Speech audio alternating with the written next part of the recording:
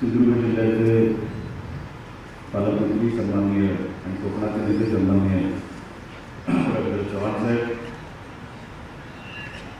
देवगड विधानसभेचे आमदार सन्माननीय नितेश राणे, माजी आमदार सन्माननीय बाळासाहेब माने, माजी आमदार सन्माननीय प्रमोद चटार साहेब, सन्माननीय अतुल काळसेकर साहेब, सन्माननीय शैलेंद्र दळवी साहेब, सन्माननीय राजेश सावंत आणि उपस्थित सर्वच मान्यवर, मला काय असतं नेहमी 1:30 वाजताचीच वेळ भेटते भाषणाला,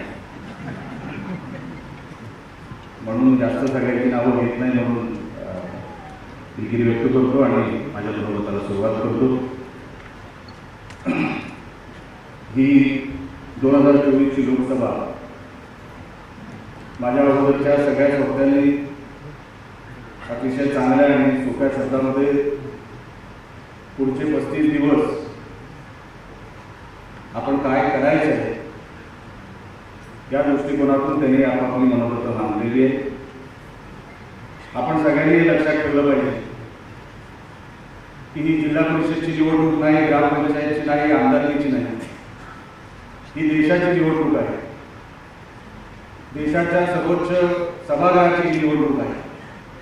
जे 543 खासदार आपल्या या देशातून जे निवडून जाणार आहेत त्यांची ही निवडणूक आहे आणि म्हणून त्यावेळेचं महत्त्व, त्या निवडणुकीचं महत्त्व हे आपल्याला सगळ्यांना लक्षात आलं पाहिजे. आपण देशात काय चाललंय त्याच्यापेक्षा आपल्या मतदारसंघात काय चाललंय याच्यावरती आपण सगळ्यांनी जास्त लक्ष देऊया. पुढचे जे काही 35 दिवस आहेत, नाहीतर देशात काय चाललंय, यूपीमध्ये काय चाललंय त्याची काही लोकांना चिंता जास्त असते, पण बाजूच्या गावात काय चाललंय ते माहिती नसतं. असं काय या निवडणुकीमध्ये होऊ देऊ नका. अशी परिस्थिती जर आली तर आपल्याला ती सोयीची होणार नाही. ही लोकसभा निवडणूक सन्माननीय मोदी साहेबांची निवडणूक आहे. ही लोकसभा निवडणूक आपण हा देश कोणाच्या हातात देणार आहोत ना, ही त्या गोष्टीची निवडणूक आहे. मागचे 10 वर्ष आपण बघतोय की त्याच्या अगोदरचे 5 वर्ष खासदार होतो. या सभागृहामध्ये मी एकमेव माणूस असा आहे ज्यांनी 3 लोकसभा इकडच्या लढवलेल्या आहेत, रत्नागिरी, सिंधुदुर्ग. हा मतदारसंघ आणि या मतदारसंघाच्या लोकांनी एकदा प्रेम करायचं ठरवलं तर ते मरेपर्यंत प्रेम करतात, याचा अनुभव मी घेतला. सगळी गणितं काय मतांवर नसतात, चव्हाण साहेब, सगळी गणितं मतांवर नसतात. ज्याचा उल्लेख आता राजेश सावंतांनी केला त्यांच्या मनोगतामध्ये की निलेश राणे हारला गेला, या 10 वर्षांमध्ये रत्नागिरीच्या लोकांना कधीच फरक पडला नाही. निलेश राणे आम्हाला हवा आहे या दृष्टिकोनातून अनेक लोकांनी मला साथ दिली, मला प्रेम दिलं, कुटुंब म्हणून सांभाळलं. मतं कमी मिळाली, पण ती मतं किती मिळाली हे पण आपण या निमित्ताने ऐकून घेऊ. 2019ला जेव्हा मी फ्रीज या निशाणीवर उभा होतो तेव्हा 2,78,000 मतं या निलेश राणेला आपल्या माध्यमातून मिळाली. तुम्हाला मताधिक्य याच्यासाठीच सांगितलं, जरी पक्षात बीजेपी नव्हता तरी एक अपक्ष उमेदवार 2,78,000 मतं घेऊ शकतो या दृष्टिकोनातून आपल्याला हा फिगर सांगितलेला. कारण काही देशाची निवडणूक आहे.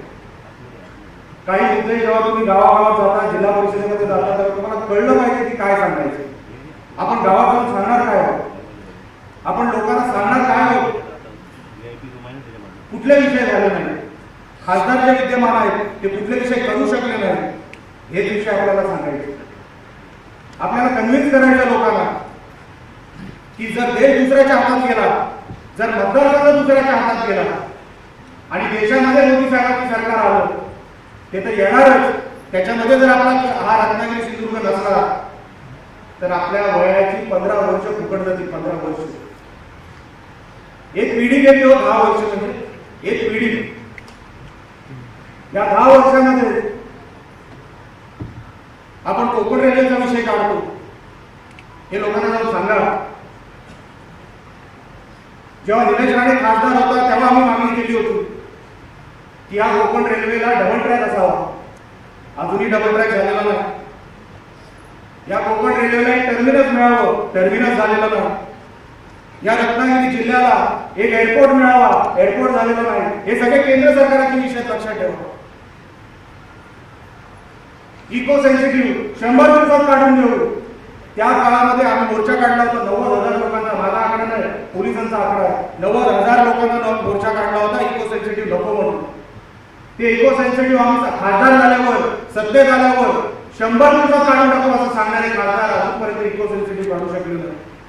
अजूनही अनेक गावं ओसाड पडलेली आहेत, इको सेन्सिटिव्ह मध्ये अडकलेली आहेत, पण त्यांना माहितच नाही इको सेन्सिटिव्ह मधून बाहेर आलेलो नाही.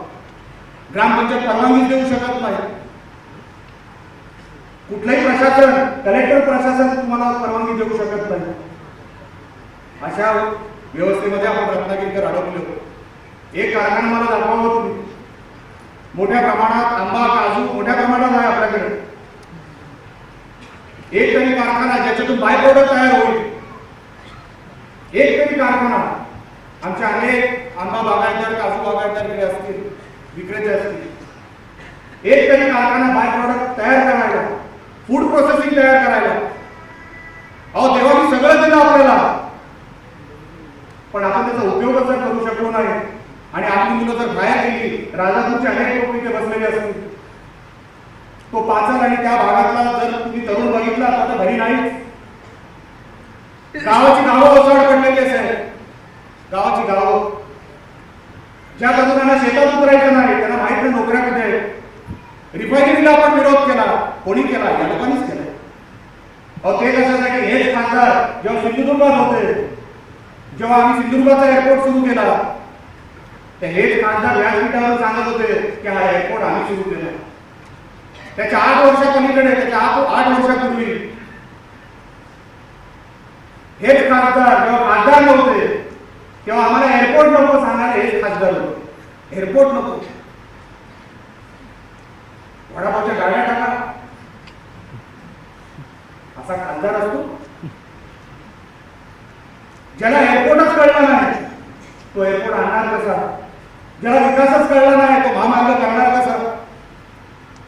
अहो ज्याला दूरदृष्टीच नाही तो या कोकणाला सांभाळणार कसा? अहो कोकणाचा खासदार हा कोण कोण होऊन गेले आपल्या कोकणातून खासदार? आपण कोणाच्या हाताला मतदारसंघ देणार? अहो ज्यांचं मोदी साहेबांकडे चांगलं पाहिजे काहीतरी, जे मोदी साहेबांना सांगू शकतात की साहेब मेरे एरिया का ये काम है, आपको करना पड़ेगा, आपको करना ही है, हे सांगणारा कोणतरी खासदार तिकडे पाहिजे.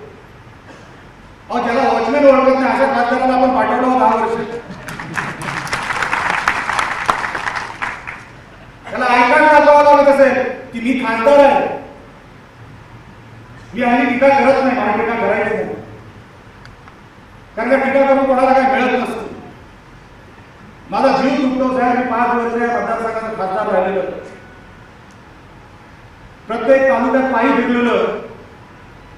आज रत्नागिरी जिल्ह्याला तसं काही मिळालं नाही. आज रत्नागिरी जिल्हा तसं काही मागत सुद्धा नाही. मागणारा माणूस कोण? तसा मागणारा माणूस आपल्या हक्काचा असला पाहिजे. आपण या गर्दीतला तो माणूस माझा, तो माझं काम करू शकतो. तो माणूस जेव्हा तुम्ही इकडे उभा कराल, जिंकाल, तोच माणूस तुमचं रक्षण तिकडे केंद्रात करेल आणि ते जमिनीवर करेल. जमिनीवर कोणतरी आपण माणूस झटकायला पाहिजे, कोणाचं तरी वजन पाहिजे. कलेक्टर मी बोलतो, एसपी मी बोलतो, बोलणारा कोणतरी माणूस पाहिजे. कदाचित काही लोकांची भाषा चुकत असेल, पण प्रामाणिकपणा हा मातीसाठी पाहिजे. आम्ही अनेक वेळा सांगतो, राणे कसेही राहतील, कसेही बोलतील, पण या कोकणाच्या मातीसाठीच बोलतील. एवढं मी अनेक वेळा सांगतो. दुसरं काहीच नको, व्यवसाय नको, ठेका नको, कॉन्ट्रॅक्ट नको, काही नको या जमिनीतून. फक्त या लोकांनी आमच्या वडिलांना मुख्यमंत्री पदापर्यंत नेलं, केंद्रीय मंत्री पदापर्यंत नेलं. यांची परतफेड करण्यासाठी जे करणं शक्य आहे ते सगळं करायचं. आणि म्हणून आपल्याला विनंती करतो, मी आपल्याला विनंती करतो, अनेक अफवा आता उठतील, अनेक गोष्टी चर्चेमध्ये येतील. तुम्ही चर्चा करू नका. तुम्ही आपल्याच माणसाची चर्चा करा. माझाच माणूस चांगला आहे आणि माझाच माणूस योग्य आहे, एवढीच चर्चा करायची. दुसरी कसलीही चर्चा करू नका. ही निवडणूक देशाची आहे. अहो मोदी साहेब नसते तर तिथे जम्मू काश्मीरमध्ये भारताचा झेंडा लागला असता का कधी? तो राहुल गांधी जम्मू काश्मीरमध्ये कधी बलवत खेळला असता का? मोदी साहेब होते म्हणून बलवत खेळलाच ना. विचार करा. त्या सभागृहामध्ये मी 5 वर्ष काम केलेलं 2009 ते 2014 राम मंदिर होण्यावाला आहे हे सांगायची पण हिंमत नव्हती कोणाची. या 10 वर्षात मोदी साहेबांनी उभं करून दाखवलं. 11% हल्ले सहज होत होते, सहज. म्हणजे अतिरेक्यानं पण अशी काही प्लॅनिंग करायची गरज नव्हती, अशी सत्ता होती तेव्हा. कोणी बंदूक घेऊन आले आणि कोण टाकले, निघून गेले. काही लोकांनी गोळ्या काढल्या, काही लोक जेलमध्ये गेले, फाशी गेली. या 10 वर्षामध्ये पाकिस्तानला तो सोडा, जगातल्या त्या एकही देशाला आपल्या भारताकडे वाकडे नजरेने बघायची कोणाची हिंमत नाही. म्हणून मी तुम्हाला सांगतो, आपण देश कोणाच्या हातात देणार आहोत, आपण हा मतदारसंघ कोणाच्या हातात देणार आहोत. हो, समजता गोड बोलत असेल. मला कोणीतरी सांगितलं होतं, हो साहेब, पाण्यामध्ये जो एकदम शुभ्र जो बगळा असतो ना, बगळा, तो काही कीर्तन करायला पाण्यात उभा नसतो, पण लांबून बगळा कसा दिसतो एकदम कोणालाच काय करणार नाही, काय नाही. पण तो काय कीर्तनाला नाही, तो शिकार करायला उभा असतो, दीड पाय. बगळा पांढरा असतो, कदाचित उदाहरण चुकलं असेल, पण बगळ्याची वृत्ती जो पाण्यात आपल्याला मस्त दिसतो, अरे वा काय छान, आपण फोटो घेतो बघायचे, ती पाण्यातल्या बगळा छान दिसतो, पण तो पाण्यात कीर्तनाला नसतो, तो शिकार करायला उभा असतो. म्हणून हे चांगलं बोलतील, गोड बोलतील, लोकांमध्ये काहीतरी बलकत पसरवतील. आता तुमचे कान, डोळे, नाक, हात, पाय पुढचे 35 दिवस आपण पक्षाला काय देतो ना, त्याच्यावरती आपल्याला पक्ष काय देतो हे 35 दिवसानंतर ठरणार आहे. एवढं लक्षात ठेवा. म्हणून एवढ्या पुढच्या या कालावधीमध्ये, या 35 दिवसामध्ये जेवढं काय करता येईल तेवढं आपण करायचं. युतीचा उमेदवार 100% मतदारसंघातून निवडून येणार म्हणजे येणार, माझ्या मनामध्ये शंका नाही. कारण का 10 वर्ष झाले भारतीय जनता पक्ष आपण बघतोय. म्हणून मला खात्री आहे, चव्हाण साहेब, आपण पण फार या मतदारसंघाच्या जिल्ह्यामध्ये मन लावून, जसं आपल्या मतदारसंघात आपण मेहनत करता, तशीच या रत्नागिरीमध्ये पण आपण मेहनत केली. आणि म्हणून हे चित्र आपल्याला भव्य दिवाळीकडे उभं दिसतंय. बरोबर, चव्हाण साहेबांच्या मनापासून आभार. हे काही सोपं काम नाही. रत्नागिरीमध्ये हे सगळं करणं तर मुळीच नाही. ते दाढी ठेवत नाही साहेब, माझी दाढी बघा आहे 12 वर्ष झाली, आणि तरी ते तुम्ही शक्य करू शकला साहेब. खरोखरच आपल्याला मनापासून मी शुभेच्छा देतो, आपलं मनापासून मी अभिनंदन करतो.